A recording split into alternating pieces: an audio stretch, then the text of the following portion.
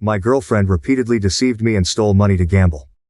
Eventually I couldn't take it anymore, and I kicked my pregnant girlfriend out. My name is David, and I'm 26 years old. Jenna and I first met through mutual friends, and from our initial interactions, it was clear we had a unique connection. She was 22, just starting her career in retail, brimming with an enthusiasm for life that was simply infectious. I worked in IT, had a stable job, and had recently secured a modest but cozy 2-bedroom apartment in the city. It wasn't long before Jenna moved in with me, and we began building a life together in that small space I was proud to call home. From the outset, Jenna was adamant about contributing financially. Despite my reservations, given the newness of our relationship, she insisted on paying her share, eager to establish our partnership on equal footing. This insistence seemed to underline her commitment to our relationship and her desire to be responsible and independent. Jenna brought a vibrancy to my life that was hard to miss. Her laughter was infectious, her spirit indomitable. When we were together, it felt like we could conquer any challenge that came our way. This sense of partnership was bolstered when Jenna, amidst her joyous tears, told me she was pregnant. The news brought a new dimension to our relationship. It was no longer just about us, but about the future we were going to build for our growing family. In light of the pregnancy, we began making more concrete plans. The idea of marriage, which had floated in our conversations as a someday thought, suddenly took on immediate importance. We decided to register our marriage soon, ensuring that everything would be in place when our child arrived.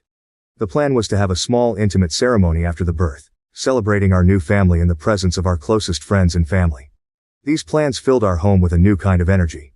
We started organizing the apartment, turning the spare room into a nursery, picking out colors and themes, and discussing baby names in the evenings. Every step we took was a step toward crafting the life we had envisioned together. However, in the midst of this hopeful planning, the reality of Jenna's financial struggles and her inability to break away from her family's demands remained a looming issue. We knew that addressing these problems was critical, not just for the stability of our relationship, but for the well-being of our child. It began subtly, with Jenna often appearing stressed around the end of the month, her demeanor shadowed by the looming pressure of bills and debts. I knew about her financial commitments, but the depth of her struggles became evident only when certain discrepancies came to light under our shared roof. Initially, Jenna had promised to handle her finances more responsibly, and to contribute regularly to our shared expenses. However, as time passed, her contributions became sporadic, and her excuses grew in frequency. I started noticing more signs of financial distress, unopened bills piled up on the counter, and increasingly frantic phone conversations that she tried to shield from me. Armed with the truth and a heavy heart, I confronted Jenna that evening. It was one of the most challenging conversations of my life. I asked her about the letters, the gambling, and the clothes. At first she tried to deny it, but faced with the evidence, she broke down. Jenna revealed how her family had always relied on her financially. Since securing her first job, she had been the pillar her family leaned on for financial support. This expectation, deeply ingrained from a young age, had burgeoned into a relentless cycle of demands and guilt. Every payday, her phone would light up with messages from her mother or sisters, each one a new plea for money. The reasons varied: rent, medical bills, urgent repairs, or just making ends meet. The amounts she sent home left little for her own needs, let alone our shared expenses. The gambling, she confessed, began as a desperate measure to meet both her family's demands and our household expenses. What started as an attempt to quickly double a small sum spiraled out of control, pulling her deeper into the quagmire of addiction. She described how the thrill of a potential win was soon overshadowed by the despair of consecutive losses, each gamble a further step away from financial stability. The discussion about the stolen clothes was particularly painful. Jenna tearfully admitted that she had taken them to give as gifts to her family, who expected presents even when she couldn't afford them. She was trying to maintain a facade of stability and generosity with them, even while drowning financially. This revelation was a turning point in our relationship. The trust that formed the foundation of our life together had been severely damaged. I felt betrayed and hurt, but also deeply concerned for Jenna. She was caught in a destructive cycle, manipulated by her family's demands, and struggling with a gambling issue that was her misguided solution to financial pressure. After confronting Jenna about her gambling and the financial deceit, I realized that the situation couldn't continue as it was. It was a difficult conversation, one that required laying everything on the table: the deceit, the theft, the gambling, all of it. I told Jenna that for us to move forward, there needed to be complete transparency and a commitment to change. The future of our relationship and the well-being of our soon-to-be expanded family depended on it. Jenna's response was solemn but hopeful. She acknowledged the pain she had caused and expressed her determination to make things right. She agreed to my request to have regular access to her bank statements. It was a practical measure, not one I took any pleasure in demanding, but necessary to rebuild the trust she had broken. She also agreed to set up a strict budget for personal spending, and contribute a fixed amount monthly towards household expenses, directly from her paycheck. The revelations of that day changed everything. Trust, the cornerstone of any relationship, had been deeply eroded. The path ahead was uncertain. Could I trust Jenna again? Could our relationship survive the twin shadows of deceit and addiction? These questions haunted me, but amidst the turmoil, a resolve formed within me. I cared deeply for Jenna, and if there was a chance to salvage our future together, I was willing to try. Update. For a while, things seemed to improve. Jenna appeared more open about her finances, showing me her bank statements without hesitation. She made her contributions to the household consistently, and we even started to have open discussions about money, something that had always been a tension point for us. It felt like we were finally making progress, rebuilding the trust and partnership we had once taken for granted. However, this period of improvement was short-lived. The facade of recovery crumbled one evening about 3 months after our initial confrontation. Jenna had been more withdrawn than usual, a sign I had come to recognize as indicative of underlying stress. While she was in the kitchen, her phone lit up with a notification that caught my eye. Loan accepted by ex-lender, click here to accept. My heart sank. When Jenna returned, I confronted her immediately. The trust I had been cautiously rebuilding shattered with the sight of that message. She broke down, confessing that despite her earlier promises, she had taken out another payday loan. She explained that her expenses had overrun her budget this month, more than she had admitted, and she felt this was her only way out. Her justification did little to assuage the sense of betrayal. I reminded her of our agreement: no more loans, no more secrets. Yet here we were again, facing the same issue of hidden debts and financial irresponsibility. It was a painful realization that despite her promises, Jenna hadn't fully committed to changing her behavior or addressing the underlying issues that led to her financial recklessness. I asked to see her bank statements, something she had agreed to share openly. This time, however, she refused, claiming that I was being controlling, and that she needed to handle her finances independently to truly learn from her mistakes. This refusal was a red flag, indicating that not only was Jenna backsliding, but she was also not ready to fully confront her issues as we had planned. The confrontation that night did not resolve anything. Jenna's reluctance to show her bank statements and her decision to take out another loan without discussing it with me first showed that our earlier resolutions were superficial. The underlying issues, her handling of financial pressure, her dependency on quick fixes like loans, and her inability to resist impulses to spend, remained unaddressed. The tension in the air was palpable as I confronted Jenna about the latest incident: the missing cash and the money ostensibly used to pay for the sofa that had been sold to her mother. It was a few weeks after Jenna had moved back in a bid to provide stability for our soon-to-arrive baby. However, the peace was short-lived. I had discovered that a substantial amount of cash, money that was a gift and meant for our future needs, particularly with the baby on the way, was missing. Compounding this issue was the fact that Jenna's mother had only partially paid for the sofa, despite agreeing to pay the full amount, and now claimed dissatisfaction with its condition as a pretext to delay further payments. When I brought up these issues, Jenna's initial reaction was defensive. She vehemently denied any wrongdoing, claiming ignorance about the missing cash. But the evidence was too concrete, the circumstances too coincidental. The trust I had tried to rebuild was crumbling rapidly under the weight of continual deceit. Her defensiveness quickly turned to accusations.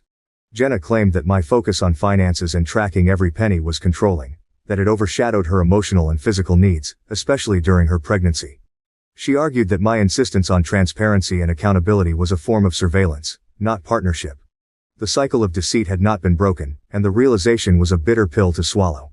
The trust that is so crucial in any relationship was once again in jeopardy, and with a baby on the way, the stakes were higher than ever. This was not just about us anymore, it was about the future and stability of our family. The pain of her betrayal was compounded by the fear of how her actions could affect our child. The conversation escalated, emotions running high. I was torn between the hurt from her betrayals and the empathy I felt for her as the mother of my child. It was a moral and emotional quagmire, pulling at the very fibers of my being. How could I balance these feelings with the clear pattern of dishonesty and manipulation that had emerged? Update 2. The problems reached a peak last week when I decided it was time for a serious conversation with Jenna. Our relationship, already strained by her past actions, was at a crossroads, and with a baby on the way, I felt it necessary to establish clear ground rules. I sat her down and explained earnestly that our dynamic needed to change drastically. We're a family, I told her, emphasizing that the birth of our child meant we needed a solid foundation, free from secrets and financial instability. I made it clear that openness about finances was non-negotiable, insisting she needed to contribute more consistently to household expenses and cease accumulating debt she couldn't afford. A habit that had caused much stress and discord in our relationship. Jenna seemed receptive and agreed to my terms. She promised to be more transparent with her finances, including showing me her bank statements regularly, and committed to cutting down on her spending. For a moment, it felt like we were making progress. Perhaps we were finally turning a corner toward a healthier partnership. She moved back in, and I believed that we were starting to mend our relationship. However, this hope was short-lived. Just last night, while Jenna was in the kitchen, a notification popped up on her phone. It was a message from a lender, confirming a loan that had just been approved. My heart sank. It was as if all the promises she had just made were nothing but air. Confronting her immediately, I asked her about the loan. Tears welled up in her eyes as she admitted she had no money left for the month and had resorted to taking out a payday loan. Her confession was a blow to any trust that had been rebuilt. I reminded her sternly that we had agreed on no more loans, that she should have come to me first. Jenna's response was one of despair. She said she couldn't afford her share of the bills again. Despite her full-time job, her income was erratic, often reduced to sick pay due to frequent absences, which didn't cover much. Frustrated, I asked to see her bank statements for proof of her financial status and to understand where her money was going. She refused and accused me of being controlling, arguing that I didn't need to see her finances since she had already told me about them. This refusal was the final straw for me. I suspected that not only was she possibly still gambling, but she might also be funneling money to her family again. In a moment of desperation to highlight the severity of our situation, I posed a hypothetical scenario to her. What would you do if our baby was starving and there was no food in the house? Her answer was dismissive and chilling. You'll have to pay. This response confirmed my worst fears about her priorities. I then asked to check her Facebook Messenger to see if her family was still requesting money, but discovered that she had deleted all her messages with the family members who usually borrowed money from her. She claimed she deleted them to keep things tidy, yet all other messages were intact. At that point, I knew our relationship was beyond repair. Jenna labeled me a controlling freak, and we haven't spoken since. Reflecting on our relationship, I suspect that her issues are deeply rooted in her upbringing, issues that she is either unwilling or unable to confront and change. I know a lot of people questioned whether she's pregnant, how stupid I was to get her pregnant. I agree, and if it's mine. I've been to every scan so I know she's pregnant. As for if it's mine, I've never suspected cheating, but she's a serial liar, so I will be forcing a DNA test through the courts. I posted on a couple of different subs to make sure I wasn't getting biased opinions. The above story is 100% true, but my focus is now getting as far away as possible from her for my own sake. Despite the personal feelings and the breakdown of our relationship, I remain committed to being involved in my child's life. I've attended every prenatal scan and am confident about Jenna's pregnancy. However, given the deceit surrounding other aspects of her life, I'm planning to request a DNA test to eliminate any doubts about paternity. This isn't about trust. It's about ensuring that every step forward is based on transparency and truth. Update 3. A couple of weeks ago, I made the decision to let Jenna back into the house after learning she was bouncing around, staying on sofas at family members' and friends' homes. She was about 8 months pregnant at the time, and my concern was mainly for the well-being of our unborn child. In hindsight, I see this as a mistake, one that I deeply regret for reasons I'm about to share. We had recently moved to a new house, and during the times I was out, Jenna took charge of most of the unpacking. Hidden in a living room cabinet drawer was a significant sum of cash, approximately $400–500, a Christmas gift from my parents. During this period, I also decided to sell some old furniture, including a sofa that Jenna persistently asked me to sell to her mother. Despite my reservations, I agreed, influenced by Jenna's repeated requests. She explained that her mother wanted to borrow money to pay for the sofa, and would settle the payment a couple of weeks later. I didn't think much of it at the time and accepted the arrangement. When her mother came to collect the sofa, she handed me $100 in cash as an initial payment, promising the remainder the following week. However, when the time came, not only did she fail to pay, but she also complained that the sofa had collapsed and demanded that I inspect it.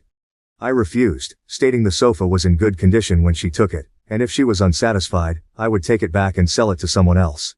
This led to a heated exchange where she barred me from her house. My girlfriend sided with her mother, accusing me of being controlling and unnecessarily involving herself in a family dispute.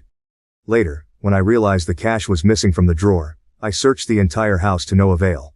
Everything else was unpacked, even trivial items like a blown light bulb. When I confronted Jenna about the missing money, she defensively claimed it was somewhere, echoing the vague excuses she had given before. It struck me then. The cash gift was composed of $10 notes, the same denomination as the partial payment for the sofa. I suspected that Jenna had stolen the money to facilitate her mother's partial payment to me, effectively making me pay myself, minus the stolen amount.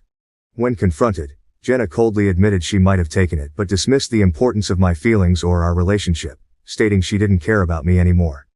This revelation coincided suspiciously with her recent attempt to take out a new loan, likely around the same time she took the cash. Her actions and her threats to tarnish my reputation to others as retaliation further underscored her manipulative behavior. Despite the absence of concrete proof beyond her reaction, her demeanor provided all the confirmation I needed of her guilt. Moving forward, I've decided to arrange a DNA test once our child is born to ensure clarity on paternity. This step is crucial, not out of distrust of her fidelity, but to establish a factual basis for any future decisions regarding our child's upbringing. Final update. When my son was born last week, it was a pivotal moment that I hoped would herald a fresh start for us as a family. I had arranged for a DNA test, driven by the complex weave of trust issues that had plagued our relationship. When the results confirmed that he was indeed my biological son, a profound sense of relief washed over me. Witnessing the birth of my child and seeing Jenna endure the pain of labor filled me with compassion and reignited feelings of tenderness towards her. In those moments, surrounded by the stark walls of the hospital delivery room, I found myself wanting to believe that we could still salvage our relationship. I thought, perhaps naively, that the birth of our son could be a new beginning, a reason for Jenna to change her destructive habits. Moved by these emotions, I decided to give Jenna another chance, telling myself that love could still overcome the hurdles we faced. After all, aside from the financial deceptions, our love for each other had been genuine and deep. In a bid to support her during her recovery, and to help with the expenses that come with a newborn, I handed her a substantial sum of money to cover the hospital bills and to buy essentials for our son. My family, too, rallied around us, offering their support both emotionally and financially. They visited the hospital, bearing gifts and donations to ensure Jenna and our newborn had everything they needed. However, within a week of our son's birth, it became painfully clear that Jenna's old habits were deeply ingrained. Despite the new life we had just welcomed into the world, Jenna slipped back into her old ways. I discovered that the money meant for hospital bills and our son's needs had vanished. After some digging, I learned the bitter truth. Jenna had spent it all at the casinos. Just a week into motherhood, and she was already back to gambling. The realization hit me like a ton of bricks. It wasn't just about the money, it was about the trust, the safety of our child, and the responsibilities that come with being parents. Jenna's actions showed a reckless disregard for our son's well-being and a continuation of the selfish behavior that had marked so much of our time together. I felt betrayed on a level I hadn't known before, and anger and hatred began to replace the feelings of sympathy and hope I had felt at the hospital. The conclusion I've come to is a painful but clear one. Jenna is unlikely to change. Her actions have consistently shown a pattern of taking advantage of situations and people, including those closest to her. It was a decisive moment for me. I could no longer allow my son to grow up in an environment where his mother's destructive habits could affect his life so detrimentally. The love I had for Jenna, which had once seemed unshakable, crumbled under the weight of her continued deceit and irresponsibility. I made the difficult decision to separate myself and my son from Jenna. Filing for sole custody was the next logical step. I consulted with a lawyer to understand my options and to ensure that my son would be protected from potential harm. The legal battle that lay ahead would no doubt be challenging, but I was determined to provide a stable and secure environment for my son, one free of the chaos and instability that Jenna brought into our lives. In parallel with these actions, I started arranging for more structured support systems. I reached out to family and friends, explaining the situation and garnering their support for what was to come. Their responses were a mix of dismay and determination to help us get through this. I also began attending counseling, to deal with the resentment and betrayal I felt, ensuring that these emotions wouldn't taint the relationship I wanted to build with my son. As I reflect on our relationship and its tumultuous end, I realize how deeply Jenna's actions have scarred me. Yet this ordeal has also clarified what truly matters. My focus now is entirely on my son.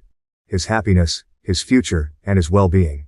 The journey ahead will be filled with challenges, but also with the joy of watching my son grow, unhindered by the shadows of a troubled relationship. The love I had for Jenna might never fully disappear, but the need to protect my son from her harmful behaviors supersedes all else. As I move forward, my resolve is strengthened by the knowledge that I am doing what is best for my child. The path I've chosen is not just for my own peace but for the upbringing of a child away from the instability and destructiveness of a gambler's life. My son deserves a chance at a better life, and I am committed to making that a reality. Reflecting on the relationship, I recognize the profound impact it had on my life. It was a stark lesson in the complexities of love and trust, and the painful realities of betrayal. I had gone into the relationship with hope and love, which were met with deception and heartache. Yet these experiences shaped my understanding of what I value in relationships and what I must guard against.